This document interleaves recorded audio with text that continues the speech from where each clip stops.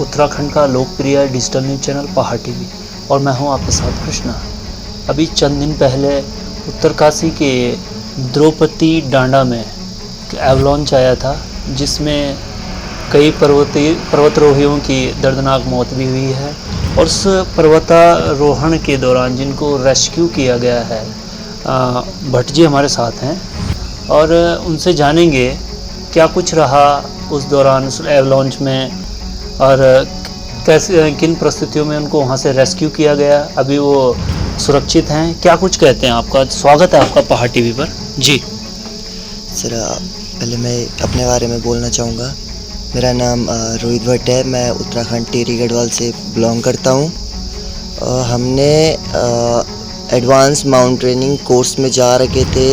जो ट्रेनिंग्स थे मेरे साथ, हमने 4 अक्टूबर को पीक सबमिट करनी थी DKD2, जो कि 5670 हाइट पे है। उसके अलावा हम 34 ट्रेनिंग्स थे, जिसमें से 33 बॉयज़ और 1 गर्ल्स थी।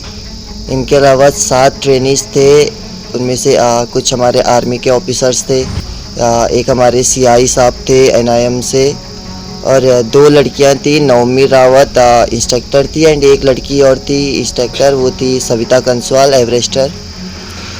हम लोग जब पीक सबमिट करने के लिए गए थे 4 अक्टूबर, तो हम गए थे 3 से 3:15 के बीच में।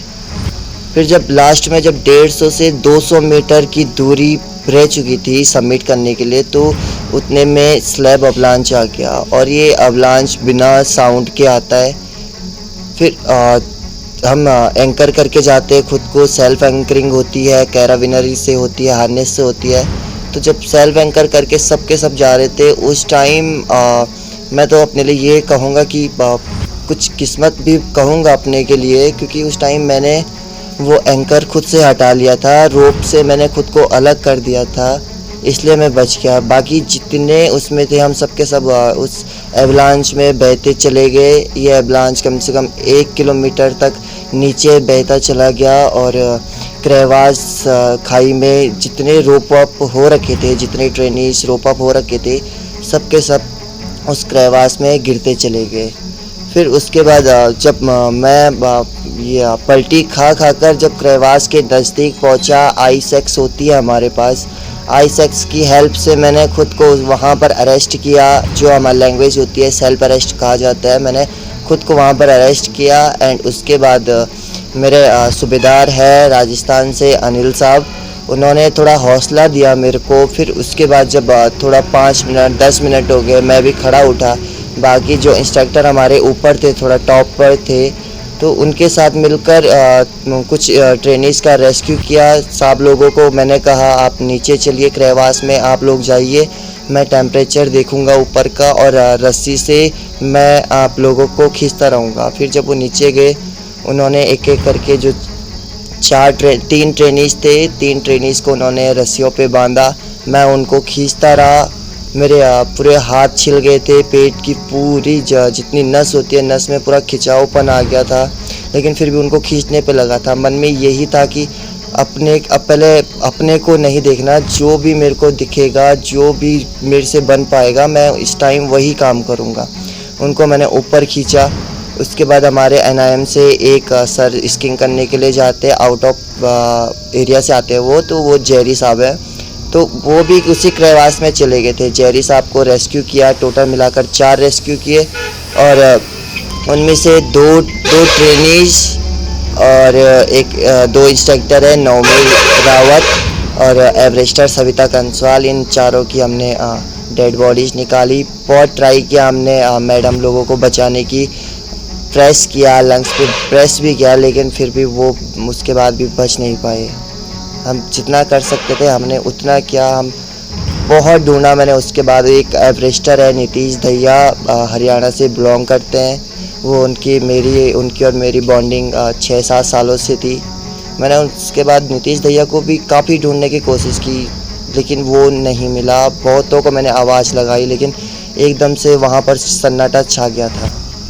वो खोने का गम और दूसरा इनकी जो हौसले की जो हम दास्तान सुन रहे हैं, वो अपने आप में होश उड़ाने वाली है। तो सर, क्या कुछ लगता है आपको कि जो ये एम्बुलेंस के दौरान जो सुविधाओं का अभाव कह सकते हैं, क्या कुछ उस समय स्थितियां रही हैं वहाँ पर, क्या कहते हैं आप इसके बारे में? सर जब ये स्लैब अवलांच आ गया तो वो बिल्कुल स्लैब अवलांच जो होता है वो बिल्कुल साइलेंटली तौर से आता है, इसमें कोई भी साउंड नहीं आता, इसलिए हमको कोई भी डाउट नहीं हुआ।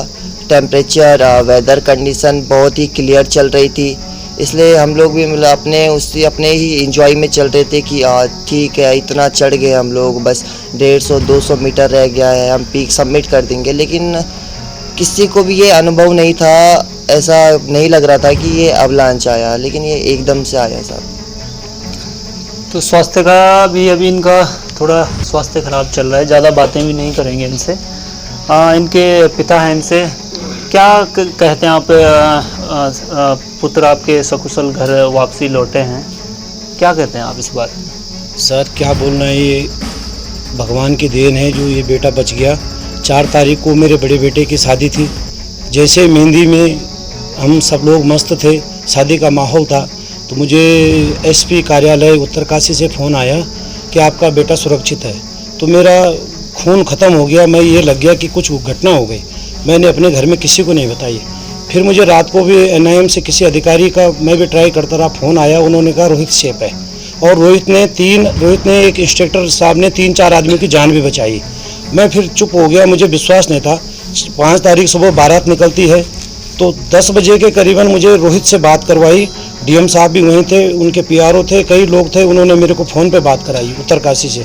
मैंने बारात को 5 बजे तक 6 बजे बारात को घर पहुंचाया। मैं रात को ही उत्तरकाशी निकल गया था। मैं बड़ा धन्यवाद NIM के अधिकारियों का देता हूं और माननीय मुख्यमंत्री जी धामी जी का देता हूं। माननीय राजनाथ सिंह जी की नज़र बना रखी थी। चिनोक हेलीकॉप्टर से मेरे बेटे को बेस कैंप तक चिनोक हेलीकॉप्टर ने पहुंचाया और सरकार ने बहुत साथ दिया। जैसे मैं उत्तरकाशी पहुंचता हूं तो मुख्यमंत्री जी ने भी, DM साहब ने भी हमसे वार्ता करके, माननीय मुख्य सचिव जी का भी मुझे फ़ोन आया कि आधे घंटे के अंदर हेलीकॉप्टर से हम आपको बच्चे को देहरादून पहुंचाते हैं। और देहरादून जैसे हम एम्स पहुंचते हैं तो बड़ा ही मुझे सहयोग डॉक्टरों ने भी किया, एम्स के डॉक्टरों ने भी बच्चे का सपोर्ट किया और बहुत साथ दिया। बस इसमें और ज़्यादा क्या कह सकता हूँ। माननीय धामी जी का बहुत बहुत, और विनोद कंडारी जी और विनोद सुयाल जी ने डायरेक्ट मुख्यमंत्री जी से जाके ये घटने के बारे में बताया। मुझे बोला कि आपको अभी आधे घंटे में देहरादून पहुंचा देते हैं। बहुत बहुत धन्यवाद करता हूँ। प्रधान जी भी जुड़े हैं हमारे साथ यहाँ पे। तो क्या कहते हैं आपके क्षेत्र का, आपके गांव का? प्रधान जी पाली के नहीं है, हाँ, के हैं, बगल के गांव के। हाँ, कोटी के प्रधान जुड़े हैं हमारे साथ। तो प्रधान जी, आपके क्षेत्र का एक होनहार बेटा रोहित आज परचम लहरा चुका है, उसकी साहस की जो बातें हैं हर किसी के जुबानी है, क्या कहते हैं आप इस बारे में? जी, अभी जो रोहित भट्ट की बात हो रही, जो एम्बुलेंस जो हुआ है उसमें रोहित भट्ट ने बहुत साहसपूर्ण कार्य किया है और मैं समझता नहीं कि ऐसा होनहार बच्चा हर किसी को मिले। भगवान की मैं धन्यवाद करूँगा भगवान का कि ये हमारे लिए गॉड गिफ्ट हुआ है, जो इतनों में से इतनी की डेथ हुई है और उसमें से बीच में निकल के आया है। इसने बहुत लोगों की हेल्प की है, 3-4 लोगों को बचाया है। मैं सराहना देता हूँ इस बात की और मैं चाहता हूँ भगवान इसको खुश रखे और इन परिवार को और उन परिवार को जिनके परिवार में ये हादसे हुए उनको दुख सहने की कृपा करें। ये प्रधान जी हमारे पाली बचाकर दूसरों की जान भी बचाई और इतनी ऊंची गहराई खाई में गिर के भी उसने इतना सांस भरा कि वो अपना वापस निकला उस खाई से, और तब उसने दूसरों की जान बचाई और मृत शरीर भी उसने वहाँ से बर्फ़ से निकाले। उसके लिए तो बहुत बहुत मैं आभार हूँ कि वो मेरा बेटा है जो बहुत ताकतवर है और वो घर में भी पूरी वर्जिश करता था। इसलिए मैं कुछ आगे और अपने बेटे को शाबाशी देती हूँ कि मेरा बेटा बहुत भाग्यशाली है जो दूसरों की मदद करता है। तो ये खास रिपोर्ट है पहाड़ टीवी के लिए कृष्णा की। नमस्कार, देखते रहिए पहाड़ टीवी।